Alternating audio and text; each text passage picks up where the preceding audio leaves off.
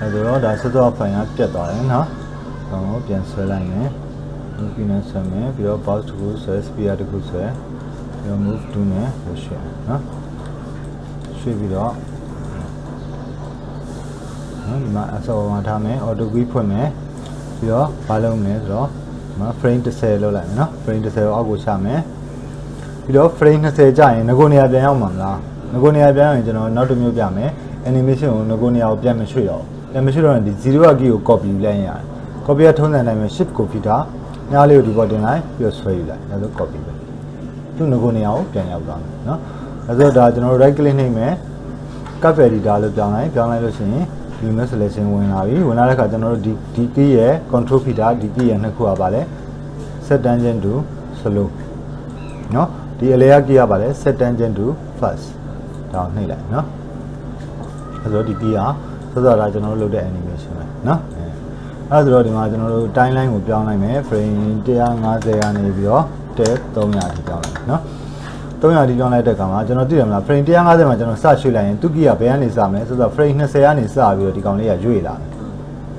တွေ့လားနော်အဲ့လိုမလုပ်ဘူးမလုပ်တဲ့အခါကျတော့ဒီနေရာနေပြီးတော့150မှာစရွေ့ခြင်းလဲဆိုကျွန်တော်တို့ကဒီနေရာမှာသူ့ကိုထိန်းတဲ့ key frame တခုစမယ်ဒီနေရာမရွေ့ရတဲ့ key ချမယ်ဆိုဘယ်လိုလုပ်လဲနော်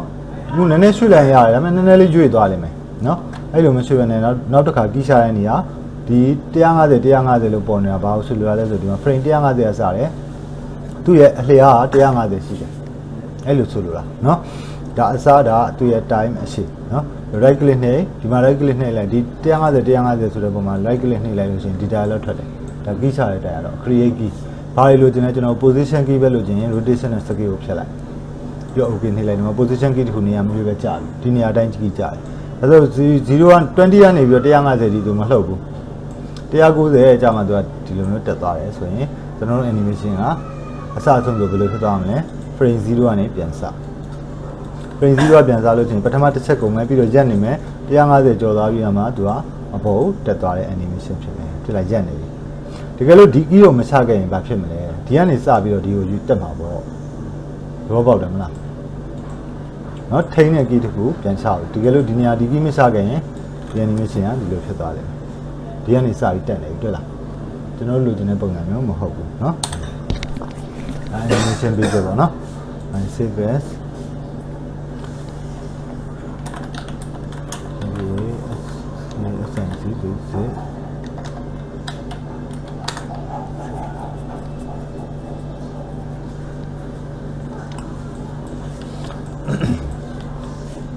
နောက်တစ်ခါ animation ကျွန်တော် lane ပြန်တဲ့ animation လေးလုပ်เนาะအဲ့တော့ file reset လုပ်လိုက်မယ်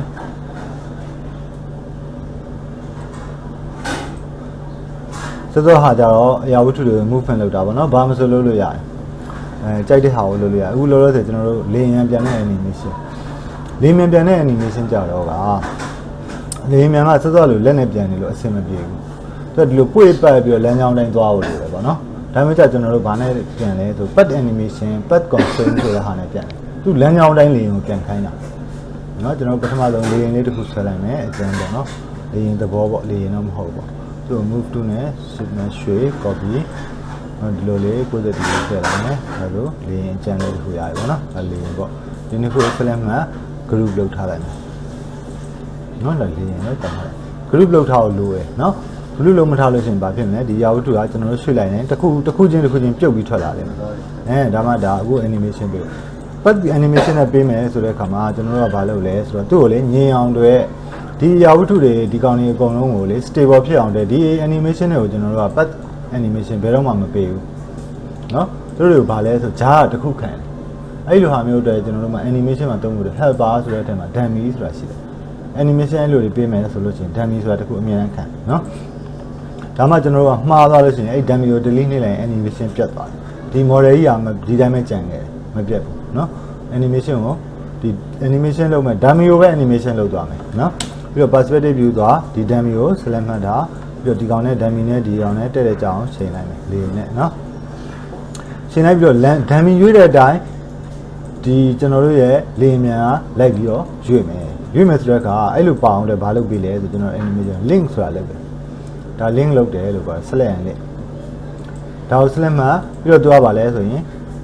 ရှင်းတိုင်းကနေပြီးတော့တားကနေအဖေကိုတွဲရတယ်ဒါဆိုဒီမှာဒါအဖေသူကြည့်ရင်လိုက်ရမှာ哦နော်ဒါဆိုဒီမှာတားကနေပြီးတော့မိဘကိုတွဲလိုက်ပြီ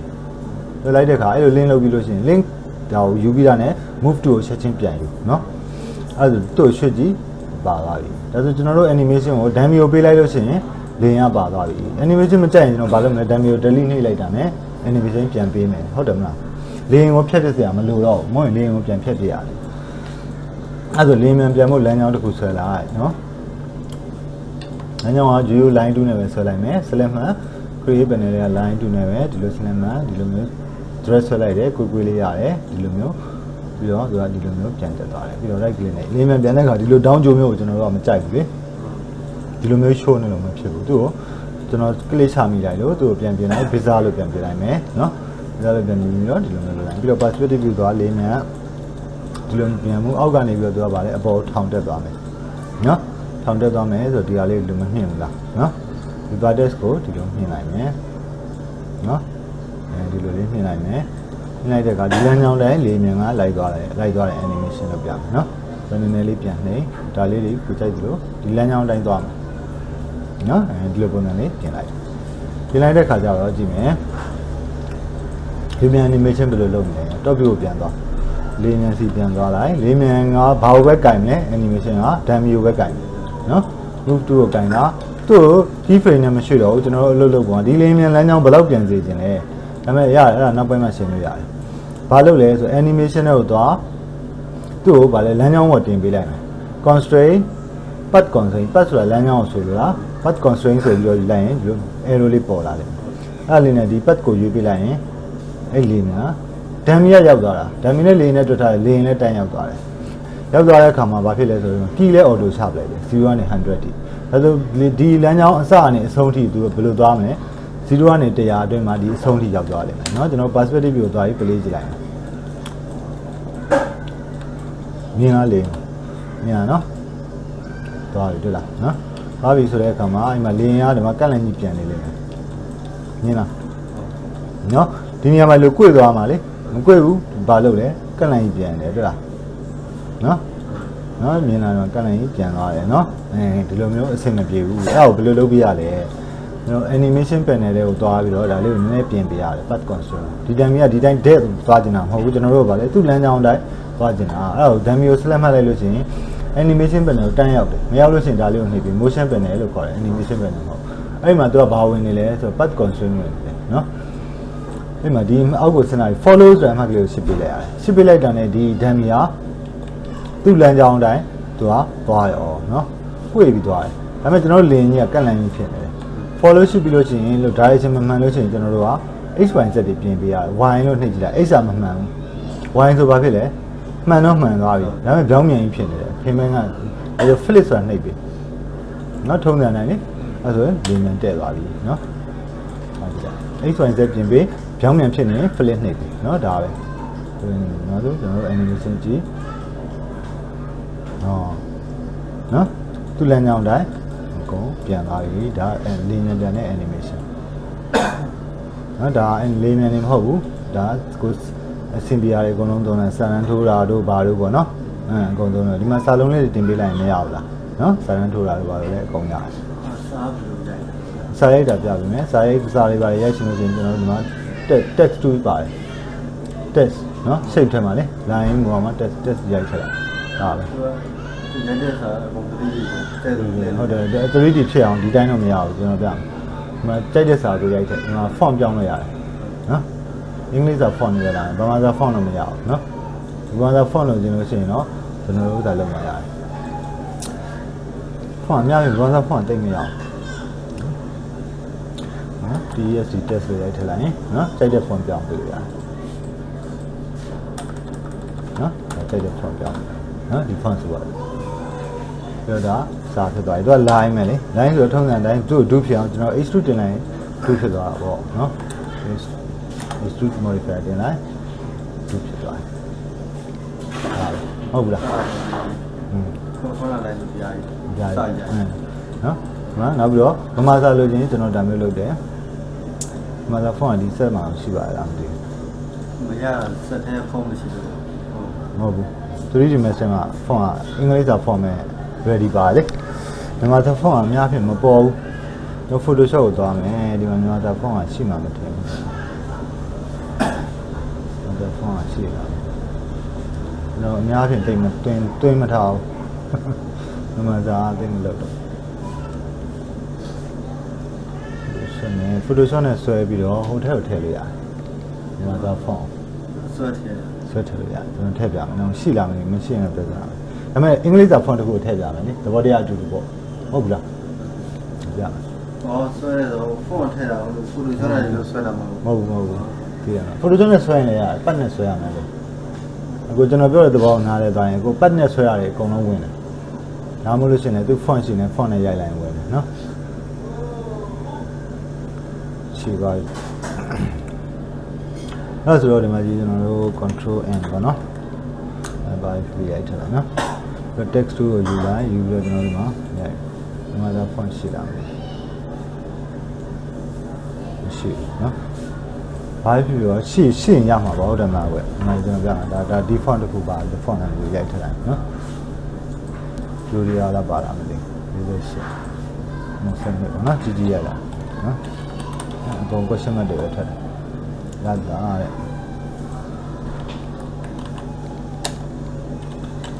ဟမ်ဘော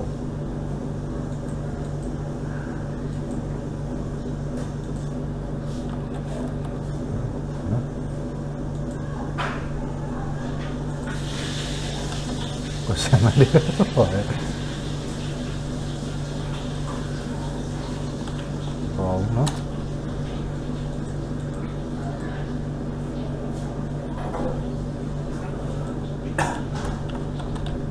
ဒီလိုဖောင်းနေဆိုပါစို့เนาะပောက်ခဲ့ရတယ်ဒါတွေအကုန်လုံးဖြတ်လာเนาะဒါကိုပို့ကြည့်ဒီ font ဆိုတာပါလေဆိုတော့ပတ်တယ်เนาะပတ်ကလည်းဆိုကျွန်တော် 3D Max ဆိုပို့ရင်ပတ်ပဲပို့လို့ရတယ်။ဒါဒီ font ကိုဘာလုပ်မလဲဆို right click နဲ့ font ရနော် right click နဲ့တော့ background text ကိုကြောင်းရ right click နဲ့နော်edit time မဟုတ်ဘဲနဲ့ကျွန်တော်တို့ဘာလုပ်မလဲဆိုရင် create workpad လုပ်လိုက်နားလည်နော်ဒီ text ကိုယူထားမှရမယ်နော် create workpad ဆိုကျွန်တော် workpad ပေါ်လာဟုတ်တယ်မလားဘယ်လိုပေါ့နော်ဒီ workpad ပေါ်လာမယ်ပြန်တူးမယ်ဟောလေဒီက test နဲ့မဆိုင်တော့ကျွန်တော်ဒီ pad ကိုယူမှာဟုတ်ပြီနော်ဒါဆိုမြန်မာစာကိုလည်းရိုက်လိုက်ပြီးလို့ရှိရင်ကို create workpad လုပ်လို့ရတယ်ဒါမှမဟုတ် selection ဆိုရင်လည်း workpad လုပ်ရတယ်ဟုတ်တယ်မလားဒါမှမဟုတ်လို့ရှိရင်ကိုဒီမှာကြိုက်တာလို့ဆွဲလို့ရတယ်ဟုတ်တယ်မလားကြိုက်တဲ့ font ကိုဆွဲလိုက်ဒါမှမဟုတ်ဒါ selection ရရင်လည်းဖြစ်တယ်လေဒါတည်းနဲ့ selection လုပ်ပြီးတော့ဒါ workpad လုပ်လိုက်နော်အဲ့တော့ဒီ font ကိုကျွန်တော်တို့ပို့မယ်ဆိုဘယ်လိုပို့လဲ file export เนาะ pad ကိုမှပို့လို့ရเนาะ pad to illustrator ဆိုပြီးပို့လိုက် AI font သွားမယ်ကျွန်တော်တို့ဒီထဲကိုသွားပြီးတော့ e တဲ့ဟာ pwd တဲ့ဟာကျွန်တော် import ထဲထည့်လိုက်မယ်เนาะ import ထဲမှာဒါ untitled one test เนาะ test font ဆိုပြီးတော့နာမည်ပြောင်းနာမည်ပေးပြီးတော့ကျွန်တော် save လုပ်လိုက်เนาะ AI file နဲ့ပို့ရတယ်เนาะနောက် 3D Max ကအဲ့ဒါကိုတည်တယ်နော် file import ဆိုပြီးတော့ AI file ရွေးပေးလိုက် Adobe Illustrator file အဲ့မှာတွေ့နေ okay နေကြည့်လိုက် okay yes နော်ဒါအကုန်လုံး okay နော်ဝင်လာကျွန်တော်တို့ထည့်လိုက်ဖြစ်လား line နေနဲ့ဝင်လာဒါ extrude တင်လိုက်ရင်ပြီးပြီမြန်မာစာလည်းဒီတိုင်းပဲထည့်လို့ရတယ်ပြဿနာမရှိဘူးဒီမှာ font တွေပါတယ်ဒီခုက install လုပ်နေကြရမလို့နော်ပြန်ကြိုက်တဲ့ font Photoshop ကနေပြီးတော့ pad အနေနဲ့ပို့ပေးလိုက်အောင်မယ်ဒါကကျွန်တော်ဘာပဲလုပ်ပြရမလဲသေတာသေးတယ်ဆိုတာ scale လုပ်ပေးလိုက်အောင်ဒါပဲဘာမှမဖြစ်ဘူးဟုတ်ဘူးလားကြိုက်တဲ့ font ကျွန်တော်တို့မှဆွဲလိုက်တဲ့ဟာလည်းဝင်လာတယ်တူပဲနော်တူရတာကောကြည့်တယ်ပေါ့နော်ဖန်တူဒါ password တွေပြီလေဒါကျွန်တော်တို့ထည့်လိုက်တဲ့ font line ကွက်တွေပဲဒါမှမဟုတ် 3D ဖြစ်သွားပြီလေပြီးတော့နော်တိုက်တယ်လို့ထည့်လို့ရတယ် 3D အစစ်ရဒါတိုက်တဲ့ animation ကတော့ကောင်းကောင်းသွားတယ်ဟုတ်တယ်ဒီ pad animation နဲ့ပြလိုက်ရင်တော်တော်အဆင်ပြေတယ်တိုက်တဲ့ animation တွေပေါ့ပြေလို့ကောင်းပါရဥပမာဆိုကြတော့ဒါဆိုဘယ်လိုလုပ်လဲကျွန်တော် frame 0သွား ဘာမှလုပ်ကြရမလို့ကျွန်တော်တို့ align to ဆိုတာရှိတယ်